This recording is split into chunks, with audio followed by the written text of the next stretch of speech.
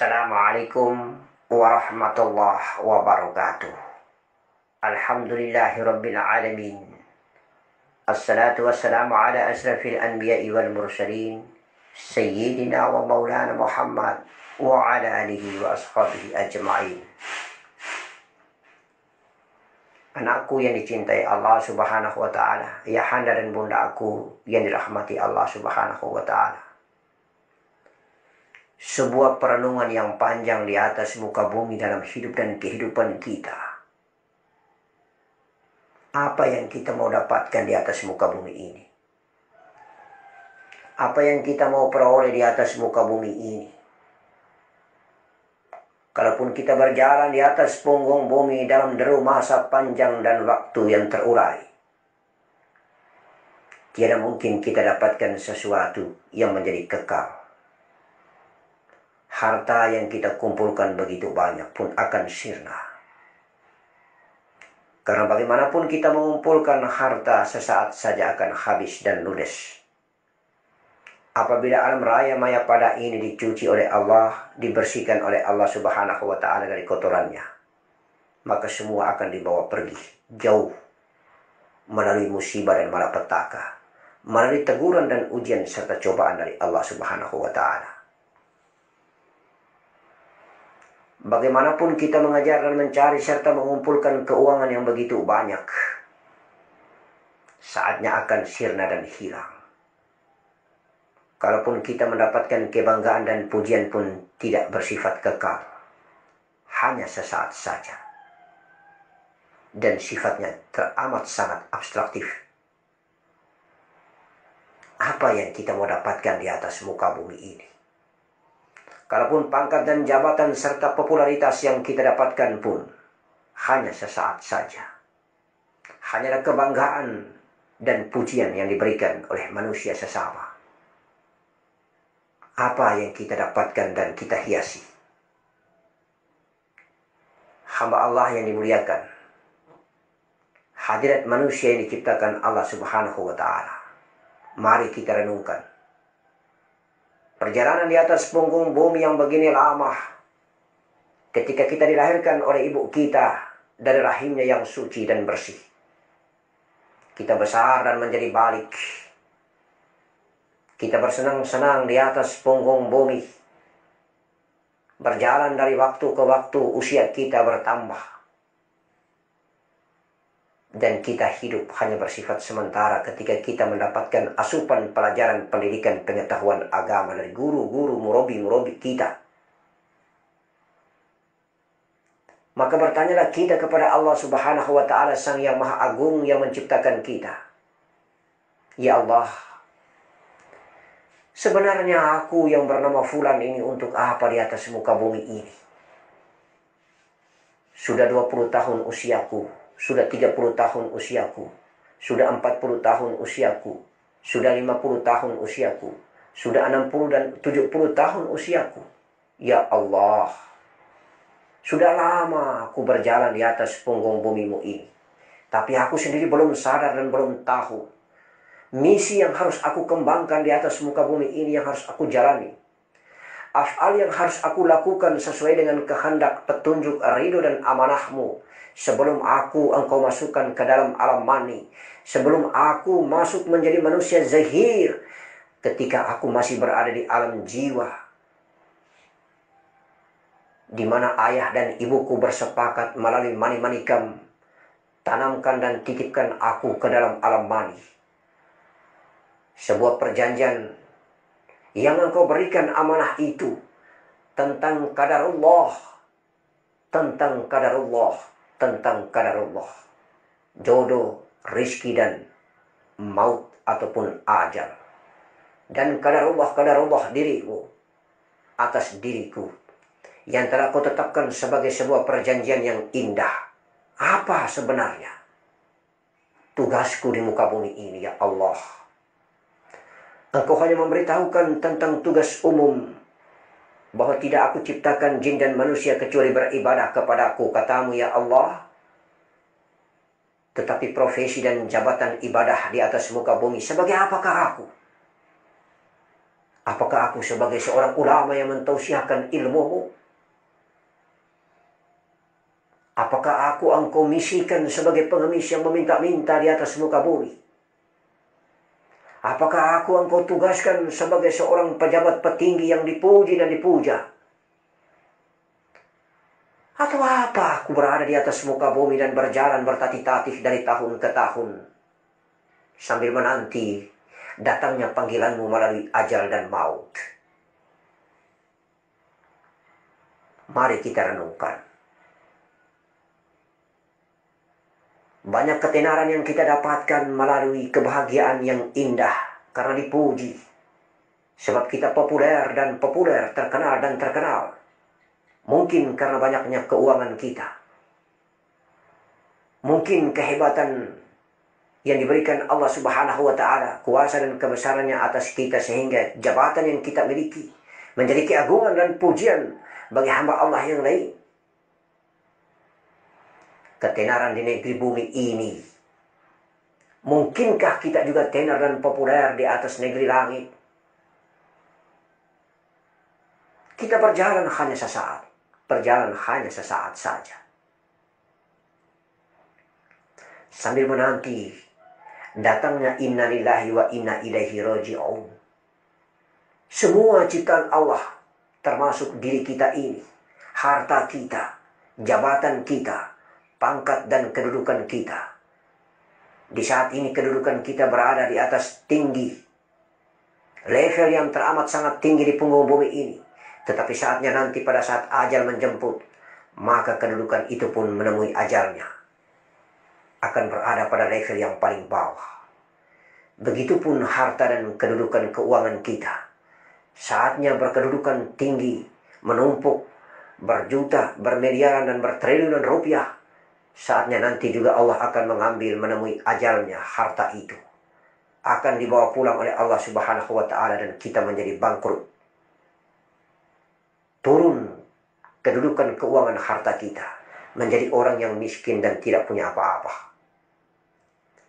Begitupun kita memiliki rumah yang gedung dan mewah, bertingkat dan berlantai sampai dengan 10, 11, 12 dan 13 dan ke atas selanjutnya, bla bla dan bla. Ketika Allah menegur, ujian dan cobaan diberikan kepada kita melalui pembersihan dan pencucian alam raya maya padah, musibah dan malapetaka datang, banjir melanda, gempa tektonik tertiba, datang dan mengunjungi, maka insya Allah alam raya maya padah zahirnya ini dibersihkan dan disucikan, maka termasuk gedung bangunan kita yang indah yang tidak diridhoi Allah Subhanahu wa Ta'ala ikut dibersihkan dan disucikan, hilang lenyap, menemui ajal dan mautnya. Allahu Akbar walillahil hamd.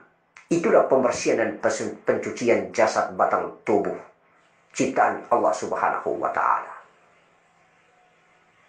Atas keakuan diri, atas keegoan hamba, atas pengakuan yang melepas diri daripada kebesaran dan kuasa zat yang agung menciptakan kita, Allah Subhanahu wa Ta'ala. Ketika kita memiliki ilmu dan merasa diri memiliki ilmu yang teramat sangat tinggi melebihi orang lain, ketika kita sudah mulai mengukur kerendahan dan ketinggian ilmu orang lain, maka kita lupa bahwa pemilik ilmu adalah Allah Subhanahu wa Ta'ala. Dan untuk apa kita banggakan sementara hanya bersifat sesaat saja, hanya butuh pujian dan sanjungan. Kita adalah zahir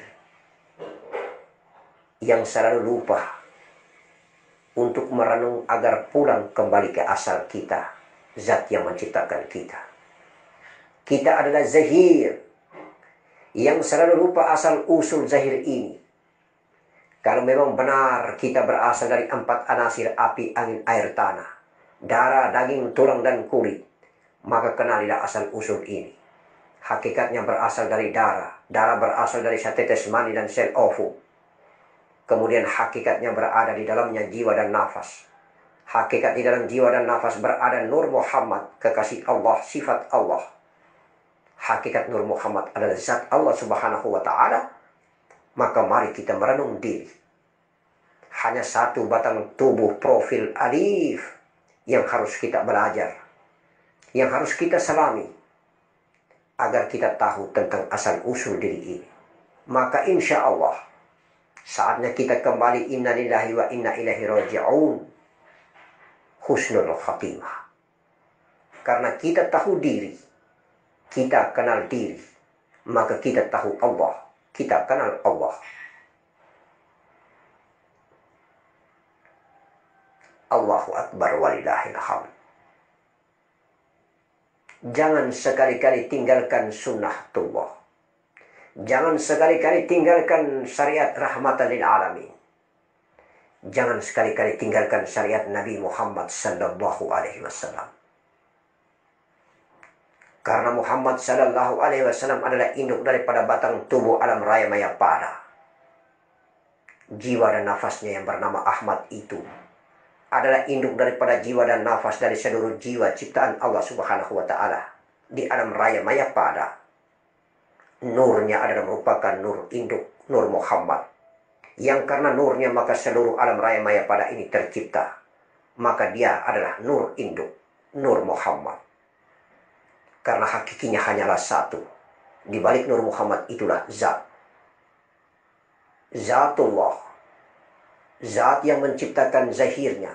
Zat yang mentajalikan dirinya pada sifatnya. Zat yang mentajalikan dirinya pada nyawanya. Zat yang mentajalikan dirinya pada nafasnya. Zat yang mentajalikan dirinya pada zahir batang tubuh. Alam raya maya pada. Hakikinya Allah, Allah, Allah, Allah. Terlanjur jauh kita tergoda dan terbawa dengan perjalanan panjang angan, akal, khayal, dan pikiran imajinasi ini. Maka semua pun berkolaborasi, bergelimang indah di dalam permainan bola khayalan ini. Baik ketika kita mengunjungi Allah pada tempat singgasana Baitullah, maupun pada saat kita beraktivitas bumi atau dunia. Selalu saja kita dipermainkan dengan khayalia-khayalia indah.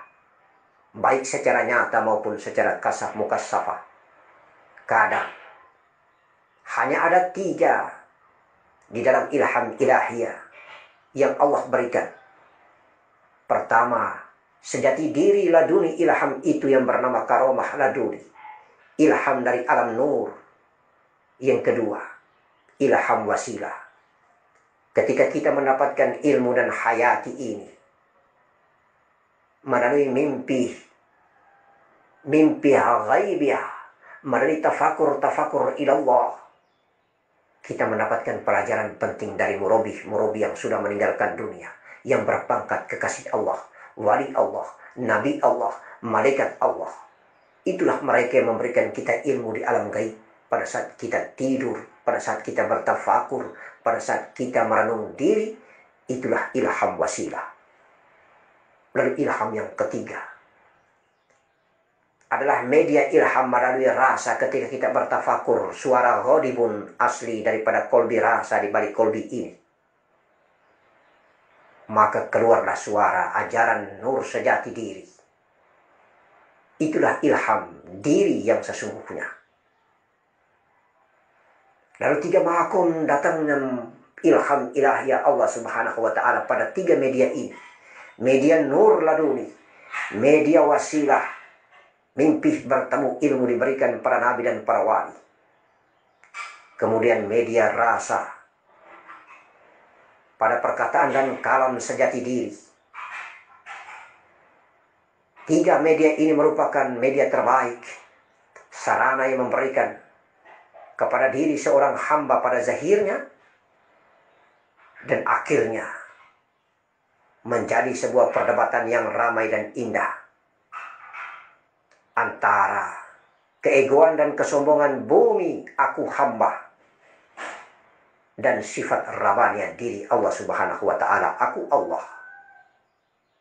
Apabila hijab bumi ini teramat sangat tebal akibat daripada faktor makan dan minuman bumi, maka aku hamba lebih unggul daripada aku Allah. Muncullah kesombongan yang terbawa panjang akan angan dan khayalia itu. Adab dan akhlak sudah tidak mulai tercipta. Yang ada hanya ketakaburan, sumbawa, sumawa, jumawa, jumawa. Sekali lagi jumawa. Ketakaburan dan kesombongan, ujub. Merasa diri lebih tinggi dan menganggap hina, menganggap remeh daripada hamba Allah yang lain. Sikap ujub, takabur, dan sombong inilah akan membedakan diri kita dengan sifat iblis yang diciptakan Allah Subhanahu wa Ta'ala. Memiliki rasa ujub dan sombong karena ketinggian ilmu, tetapi adab dan akhlak tidak dimilikinya. Maka mari semakin tinggi kita terbang seperti burung, tetapi ingatlah dasar pijak kita berasal dari bumi. Merendahlah, bersyariatlah. Merendah dengan cara bersyariat ikut tuntunan baginda Nabi Muhammad sallallahu alaihi wasallam yang menjadi batang tubuh induk dari segala batang tubuh. Menjadi jasad induk daripada segala jasad. Menjadi jiwa dan nafas induk daripada segala jiwa dan nafas. Menjadi nur yang induk daripada segala nur yang ada pada diri. Insya Allah. Titipan warisan amanah kitabullah wa sunnatullah. Janganlah kita lepas.